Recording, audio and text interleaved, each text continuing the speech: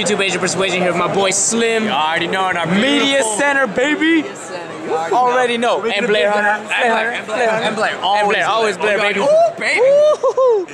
And we're here with the top 64 duelers. What's your name and what you play, bro? Hi guys, it's Jarret Zimmerman back again after Fort Worth and Nationals. Lost again in top 64. Darn. It is what it is. I keep losing to Goki in top 64, but it's always fun. I just played Sky Striker Trickster, Texas. Now it's just Sky Strikers. Let's get into it, baby. So pretty basic. 3-ray, Hornet Bits at 1 now, so you need to see it as much as possible. As far as hand traps, then we went with 9, the 3 Ogre. Ogre's this card against Goki. As long as they're on mid-breaker field, you hit the Summon Stork, you win.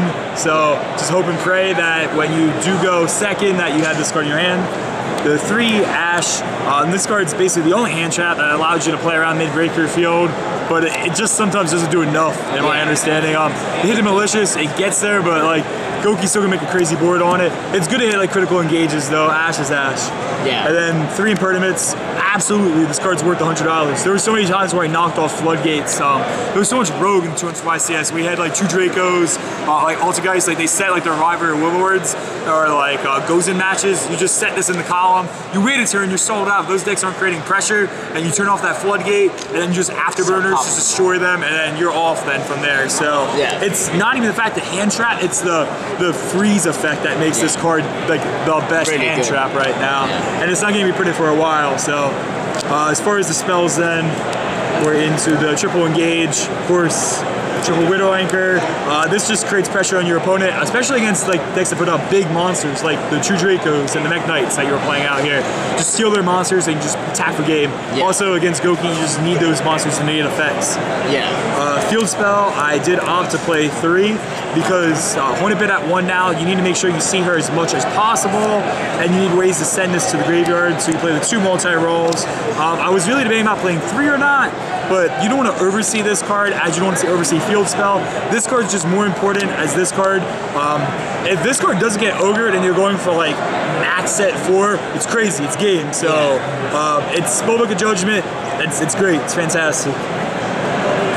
The 1 Afterburners and the 1 Jamming Waves. After playing the event, honestly, I probably would play 2 Afterburners and not play Jamming Waves. There were times in the deck where I had this in there, but I wanted to get another Jamming Wave.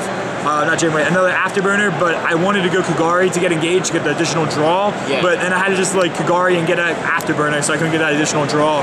It doesn't really come up because everything in the back row is now pretty much chainable, besides when you're playing against like mirror matches where it's like a multi-roll set, and even then it's still pretty situational. So, and it's a side out card for the most part. The 1 Hornet Bit, rest in peace. Great card, awesome. This is the card that's fantastic for the mirror match. It's crazy how Goki's actually starting to play this now too though, which I thought was pretty wild. But in terms like they start like Widow Anchoring you, trying to like steal your monster for game, you're able to chain this, as well as against Goki, if it's your only one, like say you just have like a Shizutsu on your side of the field, you just chain this. They can't get rid of it, so they can't complete their U, and usually their board's lackluster because they just don't know what to complete with this. So definitely very underrated. Every Sky Striker build should be playing this card. Then we have the other Shark Cannon. This card's awesome if they put like a Nightmare Phoenix in graveyard, or like a Cerberus, like a Link 2, any Link 2 basically, because it just makes access to making Borlo Dragon so powerful. And this deck it's still Sky Striker, so it lacks to create that pressure. So I mean, Borlo gets there. As well in Mirror Match, it's a DD Crow to Ray, which is really powerful, or you can like take this and you get Kagari, and you get Kagari's effect, and then you add back Engage, and you're just plussing so hard on that situation. So fantastic. You also play this. Then triple Twin Twister. Actually, I got this idea from Slim over here from Mike. We were talking about with his Mech Knight build. He said his best card was Twin Twister. So I was really thinking about, I was like, I have to play Twin Twister. This card's so good against everything in the meta right now, except Goki. But like, I think it's 3 Gokis the entire tournament, but this card's so good against everything else. So like, you have to play it. So, I mean, every time against every other matchups, it just stops Floodgates. Against mirror matches, if you just set it and you like stop their multi-roll when they're like all prepped, they're gonna get it off. Discarding the spell card as well just adds to your fuel in the graveyard. Fantastic. In the worst case scenario, I guess like it can come up, you can actually hit the mid-breaker field. It didn't happen for me, but it's one of the only ways to out it before they just lock you out. Before it's too late. Yeah, exactly. So I mean, it's like the only answer that your Widow Anchors are still active. And actually that came up against my round 12, I played against Jesse Cotton. and that factor did come up to break this mid-breaker field. The Twin Twister in game 1. It's a side out, but still, it has some game 1 value against Goki. And then the 2 Foolish Burial Goods and the 1 Metal Foot Fusion, I opted to only play 2 because I didn't want to overdraw it. I didn't want to play Desires in the deck. You play too many 1-ofs, and I don't want to banish them, as well as just like, I usually like to play a grind game, and I don't want to run out until I only have like 1 engage in deck, or I'm just like out of resources. Instead of rather just set it up, and then just play Fusion. Fusion by itself is pretty good in the deck, because you can just multi-roll it away, draw 1, field spell, just draw 1. So it's just, it's an upstart goblin. Essentially, I feel like these 3 are upstart goblins. And because you are playing, you know, of course, upstart, so I think the deck's playing 4 upstart goblins when you're playing the Foolish Burial Goods and the Fusion, and very rarely you're going to open up double Foolish Burial Goods. Never happened to me the entire tournament, and I think the odds of that happening, it's definitely under like 6%. And then 2 terraforming, so I want to play 5 field spells, rest in peace to the 3rd. And then double max C, pretty much. If you just set this card against Goki, they really struggle to go off. I played against the guy who just won the UDS tournament, and he went off. I 3 hand trapped him in a game because I just had Ghost Spell, I had Ogre, and I had Ash, and it was just enough to go through on it. And the 1 reinforcements because I want to play 4 Rays. 40 cards, of course, yes. Side deck, I go over. True. There can only be 1. That card is like so this card's fantastic. If you just have a Sky Striker card like a Kagari on your field, and they summon like 2 warriors, say they go like Junked Ford and summon like Armageddonite and dump Malicious, so like, oh, this is sweet, it's all set up. You activate, there can only be 1 warrior. We're not doing all that bullshit with the Isolde, the Summon Sorcerers, it's gone. Also, a big factor, it's a continuous trap card. A lot of people were citing Hey Turn Trade against me, and if you can just flip this face up, they didn't have your back or they're gonna remove it. You do have this, and it's going to save you for that turn because you have it. So, fantastic, there can only be 1. It did do work. It was between this and Different Dimension Ground, but this has more value than 1 turn. I can't end games. It's why I don't play Draw and Lockbird. This card's going to put pressure for the entire duel. It's face up. I don't want to just draw people. Otherwise, why would I play Different Dimension Ground if I would not play Draw? That doesn't make sense. Let's play a card that can control the game. It's a control deck. Triple Typhoon, this is for the Altergeist, the 2 Dracos, all the Floodgates. You want to hit that. So the Typhoon can activate from hand, hit the diagram as well. Double Mind Crush, more for Mirror Match and for Trickstars. I did face 1, view it like double Licorice, it's very powerful.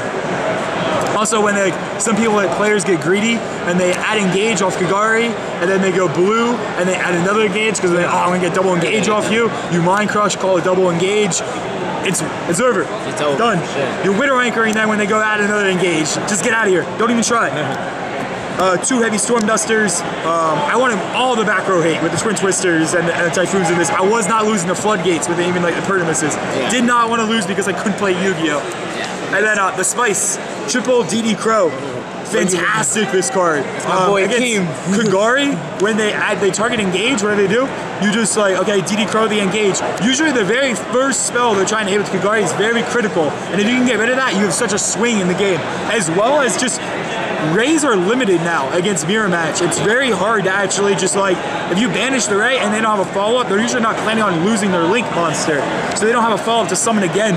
So you can just banish the Ray in Mirror Match and just gain advantage by they didn't get a Link monster and just keep pushing in for more damage. Also against Gokis, you side this in. And I like this because it can play around mid-breaker field. And you hit their Malicious. You can hit like a Monster Reborn target. You can hit a Soul Charge target. I hit a Living Fossil target off a Shadow Mist. And then last 2, we play 2 Ghost Spells. This is against Goki. He just gets around mid-breaker field. Rematch Soul Charge. The same things that pretty much DD Crow does. Honestly, DD Crow outplayed Bell this tournament. So I just think it does more. It just puts more control onto it. For sure. 15 for the side, then of course. Extra deck, it's pretty standard besides 1 thing. I played the 1 Borsor Dragon, the 1 Cerberus, the 1 Mermaid, so when they give you Ib, there's a chance that they didn't U-Link you. The 1 Nagrisu, 1 Nightmare Phoenix, 1 Trisbania. This card's pretty good. I do like this a lot. The weird thing, I guess, the 3 Hayate. Every Sky Sugar build should be playing the Hayate for when you're going, just like when you're blind, you have anything in graveyard, like to start off the game, and you're going like area 0, target Ray, send Ray to graveyard. Some people just go blue right away, but you should go Hayate, because if you get an engage or something in hand, you can activate the engage, then get add it back, then go Kagari, compared to going blue, and then you don't get blue's effect if you get that Kagari. So, and you just don't want to like waste Hayate, because then you're down to 1 in the deck, and it comes up, especially because of the attack directly factor in time, you want to have that resource there for you. So this was awesome to play, and of course the basic, 3 Kagari, the best, and 3 blue. And that'll be everything then for the deck. So, shout outs, brother. Shout out to Wolfpack Gaming again. Shout out Mike on the Twin Twister idea. Honestly, it was just a different deck, but same thought process. We were just talking on chat about it the past few days. And of course, shout out to these guys, Administration, Mike, don't forget to subscribe to the channels, awesome content here. And it was a great event, ran by Konami, so many players, and the judges ran a great staff, so I can't complain at all. It was a fun event. So, man, congrats on that.